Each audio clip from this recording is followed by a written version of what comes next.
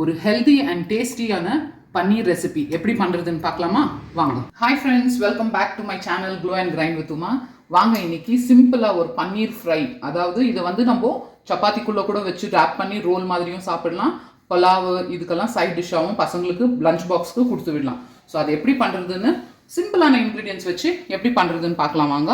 தேவையான ஐட்டம்ஸ் எல்லாம் எடுத்து வச்சுருக்கேன். ஃபஸ்ட்டு மெயினாக பன்னீர், அது கூடவே ஆனியன் பாருங்கள், இந்த மாதிரி கட் பண்ணிவிட்டு இப்படி உதுத்து வச்சுக்கோங்க, ஓகேங்களா? அது கூடவே இஞ்சி பூண்டு கொத்தமல்லி பேஸ்ட்டு, அது கூட கொஞ்சமாக சில்லி பவுடர், மிளகாத்தூள், தனியாத்தூள், அது கூடவே ஜீரகத்தூள், கரம் மசாலா கொஞ்சமாக, மஞ்சப்பொடி, அப்புறம் உப்பு. இதெல்லாம் தான் தேவையான பொருள். இதெல்லாம் கலந்து விட்டுறதுக்கு கொஞ்சம் சேர்ந்து வர்றதுக்கு அரிசி மாவு எடுத்து வச்சுருக்கேன். ஸோ இப்போ இதெல்லாம் நம்ம மிக்ஸ் பண்ணிடலாம். இதெல்லாம் பாருங்கள், மிக்ஸ் பண்ணி நம்ம எப்படி பண்ணுறது இதுன்னு நெக்ஸ்ட்டு ஸ்டெப்பு பார்க்கலாம். பன்னீர் கட் பண்ணி வச்சுருக்கேன் பாருங்கள், க்யூபாக பன்னீர் கட் பண்ணி வச்சுருக்கேன். இது கூடவே உங்களுக்கு ஆனியன், இது உங்களுக்கு எவ்வளோ தேவையோ அவ்வளோ போட்டுக்கோங்க, ஓகேங்களா? உங்களுக்கு எவ்வளோ விருப்பமோ அவ்வளோ, உங்கள் டேஸ்ட்டுக்கு தகுந்த மாதிரி போட்டுக்கோங்க. நான் கொஞ்சம் ஜாஸ்தியாக தான் போட்டிருக்கேன் ஆனியன், ஓகேவா? இது கூடவே இஞ்சி பூண்டு பேஸ்ட்டு பாருங்கள், இஞ்சி பூண்டு கொத்தமல்லி, இங்கே பாருங்கள், இந்த பேஸ்ட்டு கொஞ்சமாக. அது கூடவே நம்ம எடுத்து வச்சுருக்க எல்லா மசாலாவும், மிளகாத்தூள், தனியாத்தூள், ஜீரகத்தூள், மஞ்சப்பொடி, கரம் மசாலா, உப்பு, எல்லாம் பவுடரும் இப்படி போட்டுக்கோங்க. போட்டுட்டு ஃபஸ்ட்டு இதை நம்ம மிக்ஸ் பண்ணிக்கலாம். எல்லாம் மிக்ஸ் பண்ணி விட்ட பிறகு நம்ம அரிசி மாவை லாஸ்ட்டாக கலந்துக்கலாம். இப்போ பாருங்கள், இதெல்லாம் மசாலாவோடு எப்படி கோட் ஆகி வந்தாச்சு. இப்போ இந்த ஸ்டேஜில் தான் நம்ம கொஞ்சமாக அரிசி மாவு நம்ம எடுத்து வச்சுருந்தோம் இல்லைங்களா, ஒரு 2 ஸ்பூன். இது பைண்டிங்காக நம்ம ஃப்ரை பண்ணும்போது மசாலா உதிர்ந்து வராமல் இருக்கிறதுக்காக தான் அரிசி மாவு, ஓகேங்களா? அண்ட் கிறிஸ்பினஸும் கொடுக்கும். போட்டு நல்லா மிக்ஸ் பண்ணிக்கோங்க. இதையும் பாருங்கள், எல்லா மசாலா அரிசி மாவு எல்லாமே போட்டு கலந்து வச்ச பிறகு இப்படி இருக்கும்.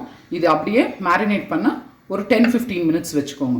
அப்படி உங்களுக்கு டைம் இல்லைன்னு வச்சுக்கோங்களேன், இமீடியட்டாக கூட ஃப்ரை பண்ண ஆரம்பிச்சிடலாம். இப்போ நான் அப்படி தான் காட்டுறேன் பாருங்கள் உங்களுக்கு. இங்கே பாருங்கள், நான் இங்கே பேனில் ஆல்ரெடி கொஞ்சமாக ஒரு 2 ஸ்பூன் எண்ணெய் ஊற்றி வச்சுருக்கேன். அது கூட இது ஒன்றோட ஒன்று சேராமல் இருக்கிறதுக்காக கொஞ்சம் தூரமாக நல்ல அகலமான பேனில் ஃப்ரை பண்ண எடுத்துக்கோங்க. நான் 2 பேட்சாக இதை ஃப்ரை பண்ணிக்க போகிறேன், ஓகேங்களா? இங்கே பாருங்கள், கொஞ்சம் வச்சுருக்கேன். இதை செகண்ட் பேட்ச் ஃப்ரை பண்ணிக்கலாம்.